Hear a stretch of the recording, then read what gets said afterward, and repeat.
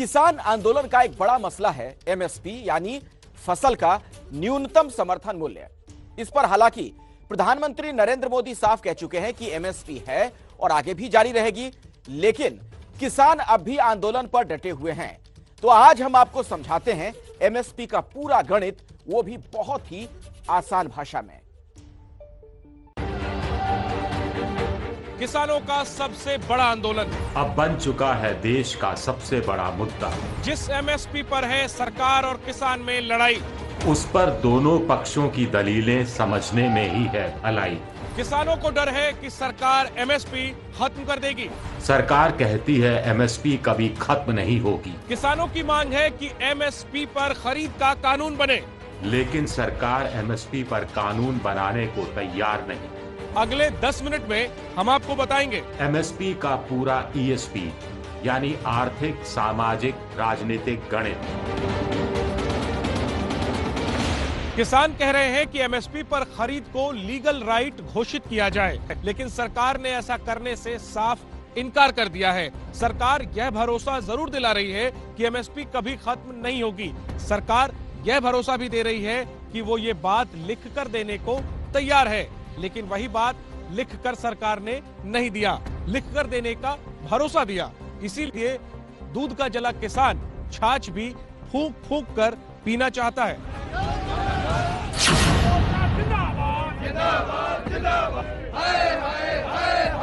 तब ही समाप्त हो सकता है जब ये काले कानून जो है इनको केंद्रीय सरकार वापस।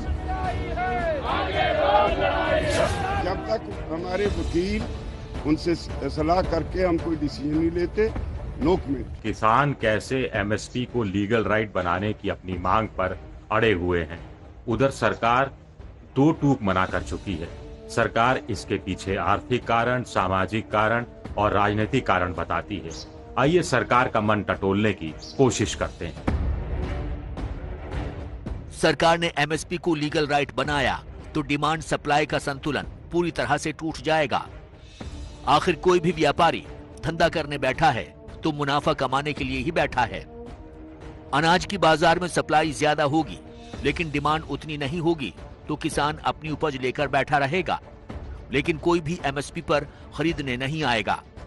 आखिर किसानों को समझना चाहिए कि एमएसपी लीगल राइट बन भी गया तो भी इसका ये मतलब नहीं है कि सरकार सारे का सारा उत्पाद किसानों से एमएसपी पर खरीद ही लेगी। हर चीज का अपना अलग कोटा होगा।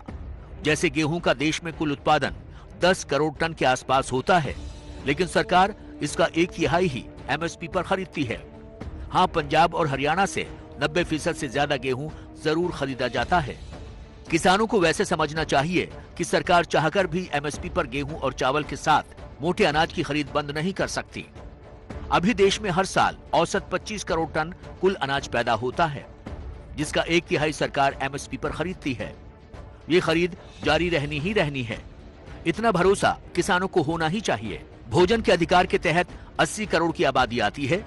इन्हें हर महीने 5 किलो गेहूं या 5 किलो चावल या मोटा अनाज दिया जाता है। इसके लिए साल में जरूरत पड़ती है 5 करोड़ 49 लाख टन की, 15 लाख टन अनाज की। अब भोजन का अधिकार कानून है, लीगल राइट है, यानी ये बंद नहीं हो सकता। तो 5 करोड़ 49 लाख टन अनाज की सरकारी खरीद भी बंद नहीं हो सकती। इसके अलावा सरकार अंत्योदय योजना के तहत आने वाले 2.5 करोड़ लोगों को 35 किलो अनाज हर महीने देती है। देश के 12 करोड़ बच्चों की मिड डे मील के लिए चावल गेहूं भी एमएसपी पर खरीदा जाता है। आंगनबाड़ी केंद्रों के छोटे बच्चों के लिए भी अनाज खरीदा जाता है। ये मात्रा कुल मिलाकर 65 लाख टन होती है। तो कुल मिलाकर दोनों का जोड़ बैठता है 6 करोड़ 15 लाख टन। इसमें 2021 में इजाफा होना तय है। भोजन के अधिकार कानून के तहत देश की 2/3 यानी करीब 67% आबादी आती है। 2011 में देश की आबादी करीब 120 करोड़ थी और उस हिसाब से फिलहाल 80 करोड़ लोगों को अनाज दिया जाता है। 2021 में देश की आबादी 140 करोड़ हो जाएगी। 2/3 के हिसाब से 93 करोड़ लोगों को अनाज देना होगा, जो कि एमएसपी पर ही खरीदा जाएगा।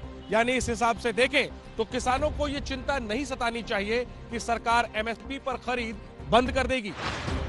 जानकार कहते हैं कि ऐसा हुआ तो पूरी अर्थव्यवस्था ही बैठ जाएगी, साथ ही महंगाई भी बढ़ जाएगी, इसका नुकसान आम उपभोक्ता के साथ साथ किसानों को भी होगा।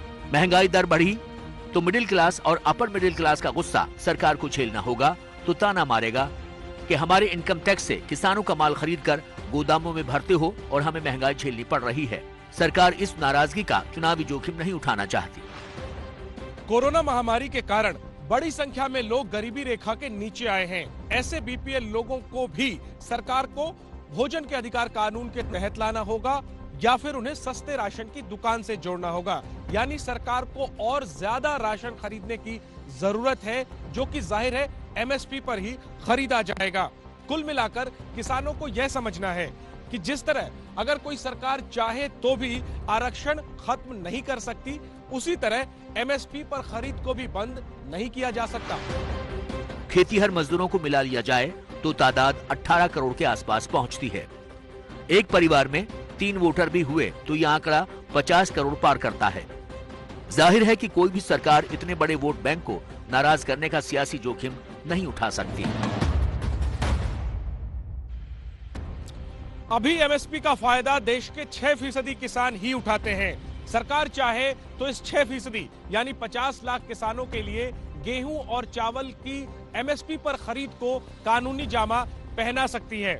हालांकि एमएसपी के तहत 23 तरह के उपज आते हैं, लेकिन पंजाब की कांग्रेस सरकार के नए कानून में गेहूं और चावल की एमएसपी पर खरीद को ही अनिवार्य बनाया गया है। यही काम मोदी सरकार भी किसानों को विश्वास में लेकर कर सकती है। जानकारों का कहना है कि पंजाब के किसानों के लिए सरकार को 10,000 करोड़ का पैकेज अलग से रख देना चाहिए और किसानों से कहना चाहिए कि वो नकदी फसलें उगाएं, वो मछली पालन पर ध्यान दें, वो मुर्गी पालन पर ध्यान दें और इसमें अगर उनको नुकसान होता है तो उस नुकसान की भरपाई अगले 5 सालों तक सरकार करेगी। इससे किसानों का ध्यान एमएसपी पर से हटेगा। लेकिन सच ऐसा नहीं है। पंजाब में इस साल 12 लाख एकड़ में कपास की पैदावार हुई। सारी कपास भारतीय कपास निगम ने खरीदी। इससे किसान खुश भी हैं। अगर सरकार चाहती है कि किसान एमएसपी को लीगल राइट बनाने का गाना बंद करे तो उसे अन्य नकदी फसलों को भी पूरा का पूरा कपास की तरह किसानों से खरीद लेना चाहिए, कम से कम 5 सालों के लिए। अभी चूंकि किसानों के पास कोई विकल्प नहीं है, इसलिए एमएसपी पर ही भरोसे और उसके छिन जाने का डर सता रहा है, क्योंकि ऐसा हुआ तो किसान के साथ भूखों मरने की नौबत आ सकती है। जानकार कहते हैं कि उच्च क्वालिटी के बासमती चावल और सब्जियों के निर्यात के लिए अंतर्राष्ट्रीय बाजार की पहचान सरकार को खुद करनी चाहिए और निर्यात की पूरी जिम्मेदारी भी खुद लेनी चाहिए। भविष्य इसी में है, एमएसपी को लीगल राइट बनाने में नहीं है। इसी तरह गेहूं के साथ सब्जियां किसान उगाएं तो उनकी दक्षिण भारत, अरब देशों और मलेशिया, इंडोनेशिया जैसे देशों में भारी मांग है, बड़ा बाजार है। किसानों की जेब भरेगी तो एमएसपी का रोना क्यों रोएंगे। जानकार कहते हैं कि ऐसे उच्च क्वालिटी के बासमती चावल और सब्जियों के लिए अंतर्राष्ट्रीय बाजार की पहचान सरकार खुद करेगी और निर्यात की जिम्मेदारी उठाएगी। भविष्य इसी में है, एमएसपी को लीगल राइट बनाने में नहीं। 60 के दशक में शुरू हुई हरित क्रांति को कामयाब बनाने में पंजाब के किसानों का खास योगदान रहा है। पंजाब के किसानों ने भरपूर फसल उगाई और पूरे देश का पेट पाला, लेकिन पंजाब में उद्योग नहीं लगे, स्पेशल इकोनॉमिक जोन नहीं बने, आईटी सेक्टर और सर्विस सेक्टर का विकास नहीं हुआ। और अब जब यूपी, राजस्थान, मध्य प्रदेश जैसे राज्य गेहूं उत्पादन में तेजी से आगे बढ़ रहे हैं, तो उसका खामियाजा पंजाब के किसानों को ना भुगतना पड़े, इसलिए वो एमएसपी को लीगल राइट बनाना चाहता है। किसानों को लगता है कि नाजुक समय में उसने देश और केंद्र सरकारों का साथ दिया और आज जब किसानी करना फायदे का सौदा नहीं रहा तो देश और केंद्र सरकार को साथ देना चाहिए। 2018 में पहली बार ऐसा हुआ जब केंद्र ने पंजाब से ज्यादा गेहूं किसी अन्य राज्य से खरीदा। एमपी से सरकार ने 129 लाख मैट्रिक टन गेहूं खरीदा, जबकि पंजाब से 127 लाख मैट्रिक टन। इसी तरह योगी सरकार आने के बाद से यूपी से गेहूं की खरीद भी बढ़ गई है। ये 20 लाख मैट्रिक टन से बढ़कर 32 लाख हो गई है। सब कुछ चुनावी राजनीति के तहत हो रहा है। ऐसे में पंजाब के किसानों को डर है, आगे चलकर सरकार एमएसपी पर खरीद और भी ज्यादा कम कर सकती है, इसलिए भी वो लीगल राइट बनाने की मांग कर रहे हैं। कुल मिलाकर ऐसा लगता है कि सरकार को ये आशंका है कि अगर उन्होंने किसानों की सारी मांगे हूबहू जस की तस मान ली तो फिर आगे भविष्य में कड़े और बड़े आर्थिक फैसले करने में दिक्कतें पेश आएंगी, सारी गुंजाइश ही खत्म हो जाएगी। कुल मिलाकर विश्वास का संकट है। हाल ही में मीडिया में आया था कि नीति आयोग ने एमएसपी धीरे धीरे कम करने की सिफारिश की है। इससे भी किसान आशंकित हैं। ऐसी ही सिफारिश शांता कुमार कमेटी ने भी की थी। कुछ साल पहले नागरिक आपूर्ति मंत्रालय ने राशन की दुकानों से गेहूं चावल लेने वालों के लिए बैंक खातों में सीधे सब्सिडी का पैसा डालने का पायलट प्रोजेक्ट चलाया था। चंडीगढ़ और दादर नगर हवेली में ये चलाया गया था। ये कुछ गैस सिलेंडर पर आजकल मिलने वाली सब्सिडी जैसा ही है। सरकार चाहती थी कि किसान के खाते में सब्सिडी डाल दी जाए ताकि वो बाजार से गेहूं चावल अपनी पसंद का खरीद ले। सरकार को न एमएसपी पर अनाज खरीदना पड़ता, न एफसीआई के गोदामों में रखना पड़ता और न ही गांव कस्बों की राशन की दुकानों तक ढोकर ले जाना पड़ता। यानी सरकार का खर्चा, या यूं कहा जाए कि सब्सिडी कम हो जाती, इससे भी किसान डरे हुए हैं। उन्हें सरकार की नीयत पर संदेह है। वैसे पायलट प्रोजेक्ट फेल हो गया था और सरकार ने इरादा त्याग दिया। भविष्य में आर्थिक सुधार के नाम पर फिर ऐसी किसी योजना पर सरकार अमल कर सकती है, ये बात भी किसानों को खाई जा रही है। इसलिए भी वो लीगल राइट बनाने की मांग पर अड़े हुए हैं। लेकिन सरकार भी राजनीतिक इच्छा शक्ति के नाम पर अड़ी हुई है।